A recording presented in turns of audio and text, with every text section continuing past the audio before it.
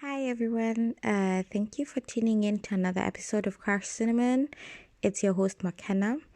Today I'll be talking about bereavement and death, and actually I'll be focusing about co- reaching a certain age where you're realizing your parents are at that age where any time now they could die, or your uncles or aunties, your friends, family. um I think it's a life skill about dealing with death and loss. We don't really get given or trained or taught. A lot about life is about success, about living life light, being healthy, all the good stuff. But no one really prepares you for when tragedy happens, or, you know, something like death happens. And I think it's because, you don't want to look like you love negative stuff, or you're not pro-life kind of thing. I know even in certain societies, it's really taboo to talk about death and even any preparation around that, or what would happen if your parents were to die suddenly, and because apparently it's bad luck to talk about death. Yet it's something that happens so often. It's the one thing that is sure to happen to all of us. Yeah. So of late, obviously with COVID, there's a lot of deaths, and also I'm at that age now where my parents and my friends' parents are in their 70s, 80s now. So they have multiple health issues. There's this and that happening to them. So of late, every week I'm having to console a friend, a relative, or a neighbor because they've lost a parent. And it's been really, it's been, I don't know what word to use, but it's been really, really hard.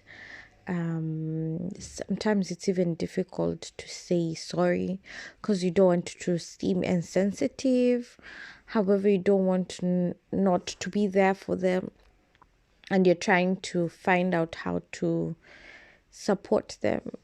But I've realized actually, one with bereavement is once you find out, just reach out. If the person who's been bereaved is not able to speak to you or return your call or text, don't be offended. They're actually having a lot on their plate in organizing a lot of things, in coming to terms with the fact they've just lost somebody.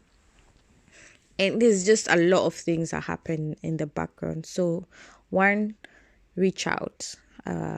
Reach out to them in a way that is you're showing kindness, and don't say, oh, I don't know what to say. Even just say sorry for your loss.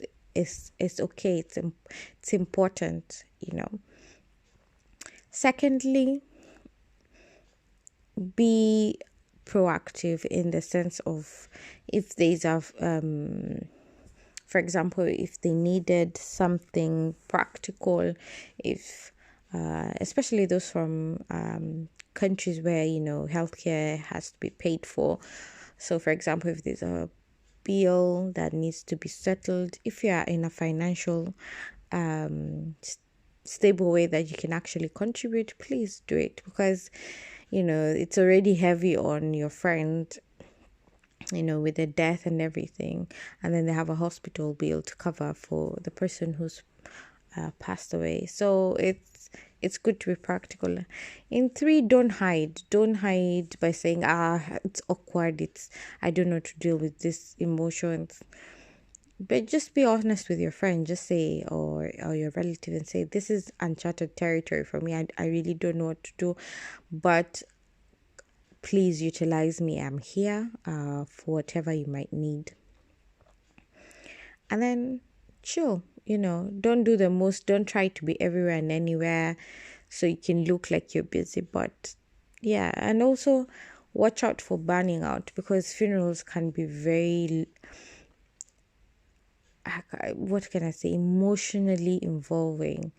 In the planning can take even longer, and also now with the whole COVID situation, it throws a spanner in the works of how many people can attend the funeral, how the funeral has to be carried out, who needs to be told. So it's a very heavy and emotional time, and you know, you may start having to get used to the fact that you'll be invited for funeral services or celebrations via Zoom or whatever teleconferencing platform people are using. And it's okay for you not to know what to say as well. I mean, you're human. The seeing your friend going through loss also affects you. So it's one of those things whereby it's, there's no way of telling how you'll react, what you should, as long as you're being sensitive and loving and caring to your friend, your relative, whoever who's lost the person, then you can never go wrong by giving support. Okay, that's the first thing, or rather the first segment I wanted to deal with. Now, I think it's very prudent to have that discussion with your parents at this moment. I mean, you're over 30, over 40, or 50. No matter how hard, your dad or mom could be, it's good to have that discussion and say, okay, so mom and dad, have you ever thought about this? What would you like? Because I've seen so many family fallouts because they couldn't agree on even where to bury somebody. This one, and the whole thing about, if somebody wants even to be cremated or buried, there's a whole situation there. So need to speak to your parents, need to understand what they want, what they've planned. Do they have life insurance? Do they have, what have they put in place? It's not about what you'll inherit or kind of things, just to understand what what is the situation financially, emotionally. Get to know that, because I mean, death can be very sudden. Even if you know somebody has a terminal illness, still you don't know when they'll die. So it's good to kind of be aware. You can never be too prepared. I mean, but it's good to start knowing, okay, there's a mortgage there, there's insurance to pay for there's that. So you're not caught unawares. And for parents out there who are listening to this, please be honest with your children. It's them who will have to pick up the pieces. Let them know. I mean, if you have another family out there, let them not find out during the funeral. It's embarrassing and shameful. Please speak to your children. Be honest with them. Be honest with your spouses. And if it's the kids, because also now, gone are the days, parents bury their kids. Sometimes, sorry, the other way around. It's you burying your children way earlier than you expected. It's not the other way around where you're thinking you'll bury your father or mother, So also children, when I say children, I mean in the terms of you're a child to somebody, not in the sense you're under 18. Be honest with your family members. Be clear if you're in debt or if something is wrong. If you have a terminal illness, don't let people guess and wonder and worry and have this thing where they're having to research and almost go like detectives to figure out where to go next, who's who.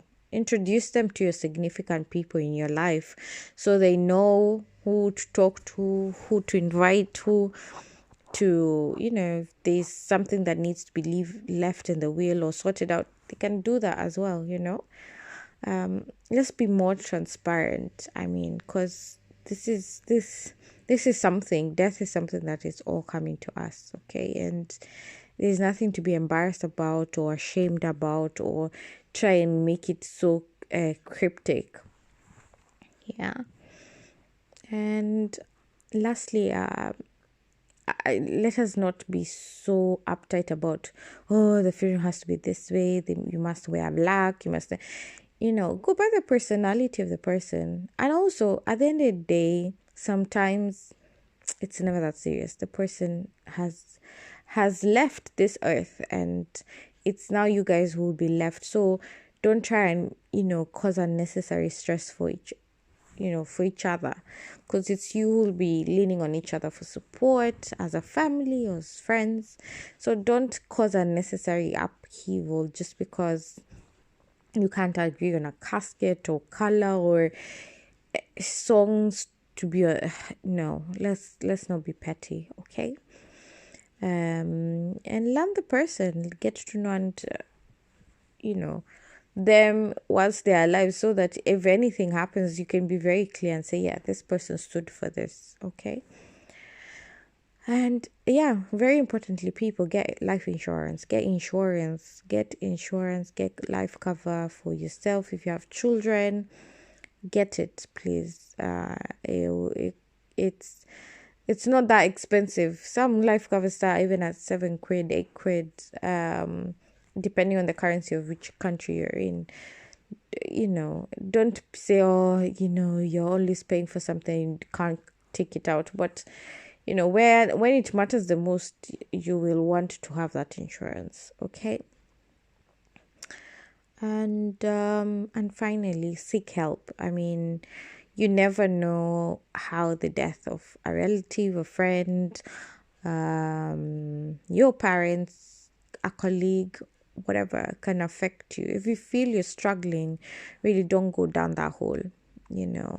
Don't let depression hit you. Seek help, seek help, seek help. Okay. I know this wasn't the most interesting and fun topic, but it's necessary to have these discussions and prepare your children as well. As young as they can understand, talk to them in the language they can, so they won't feel like death is this weird thing, and let's give each other life skills of how to cope with things like loss. All right. Thank you for listening to this episode, and see you on the next one.